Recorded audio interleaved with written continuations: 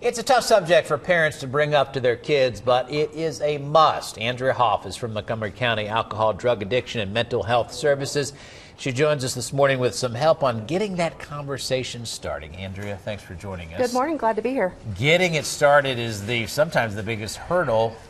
Don't wait for the subject to come up because it probably won't, right? Yeah, our children are not going to bring it up to us. So we have to address it just like we would any other kind of health or safety concern. We have to talk about it, and we have to continue to talk about it. Hey, Mom. Hey, Dad. Let's have that conversation about drugs, right? That's not going to happen. It's not going to happen. So that's on us as a parents to make sure that we bring it up. Pull them aside and say, hey, sit down. I want to talk to you. That's right. All right. So when we sit down and do the talk, we have some very specific advice we want to show you. We're going to start with be clear. As the parent, you have to be crystal clear. Absolutely. Research shows that parents are the #1 influence on their children's decision whether or not to use drugs.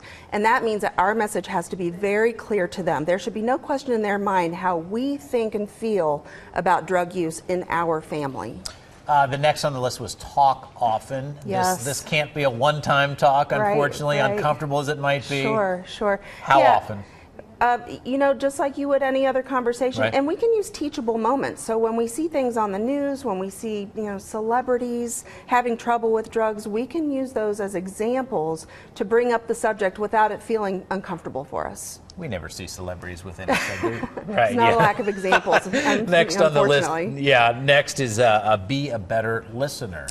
Yeah, we do want to talk, but once we are done talking, we need to stop talking and we need to start asking questions. And that just shows our children that we care about what they think and feel. So we want to ask them questions like, do they have any friends who use? Do their friends talk about it? Do they have any friends who drive while they're under the influence? And then we want to be quiet. We want to hear what they have to say. And listening involves not jumping in, not interrupting, just sitting there, letting them, it's almost like the therapy in a way, isn't it? We need to stay, during all of these conversations, we need to stay calm, not judgmental. If we react harshly or with anxiety, it's going to shut them down. All right, that next one there you saw was honest answers. Give, your opinion, but give it honestly, and that can be dicey.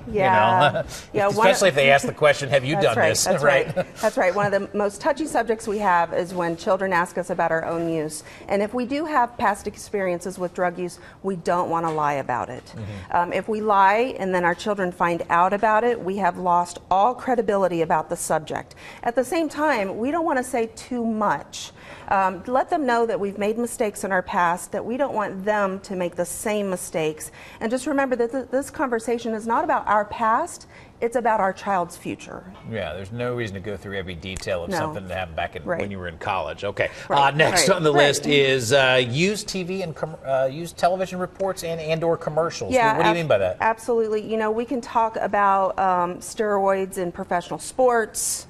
We can talk about celebrities who have committed criminal acts while they were under the influence, while they've accidentally overdosed from using. Those are things that appear to be very real to our children because of the technology age, and so it makes it real for them. Just recently, Corey Monteith, the Glee sad. star, overdose, and that's, as you said, getting back to one of the previous points, an opportunity for the talk. That's a teachable for the moment. Continuation of the talk, at least. That's right. All right, next on the list is don't overreact, and this is depending on what you're asking them and what you're hearing. Right. You ask them to sit down and talk, so that's right. Don't overreact. And so we have to be prepared for what they're going to say. Yeah. And sometimes those things that they say are not what we want to hear, but that's okay because they're being honest with us. They're telling us what's really going on in their lives, and we have to be able to accept that and then to make sure that we're moving them in the right direction. Finally on the list, role play. Explain that. Yeah, it's almost inevitable that our children are going to be faced with a situation where they're going to be confronted about drugs. So it's one thing to talk about it. It's a completely different thing when they are confronted with it and they are surrounded by peer pressure. And so we as parents have to prepare them by giving them phrases and responses that they can use when they are in those situations. That's interesting. And it's okay to use us as an out, like, I can't do that, my parents will kill me.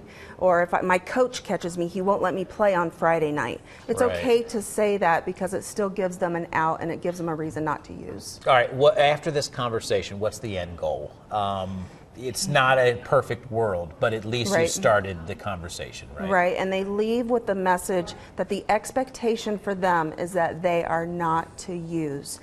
So when they are faced with those peer pressure situations, they're not questioning. Right. They know how you feel as a parent. They know what the repercussions in your family might be if they choose to use, and then they have to make an educated decision. Let's circle all the way back to the Yeah. beginning now. At our final point, you have to do this, even though it's uncomfortable for the parent, right? Yeah, it's understandable that they're uncomfortable. Absolutely, Yeah. and we have to, because research is showing that drug use, youth use for the first time doubles between the 9th and the 12th grades. Wow. That's pretty scary, and that means that we have to talk. We need to start those conversations very early on, but we need to continue them as they age. Great advice, Andrea. Thanks for coming Thank in you. again. We do appreciate it. Thanks so much. Some very important information there. More information on the Montgomery County Alcohol and Drug Addiction and Mental Health Services is on our website, fox45now.com. Just click on Fox 45 in the morning. Once again, Andrea, thanks for coming in. Thanks for having me. Appreciate it. Let's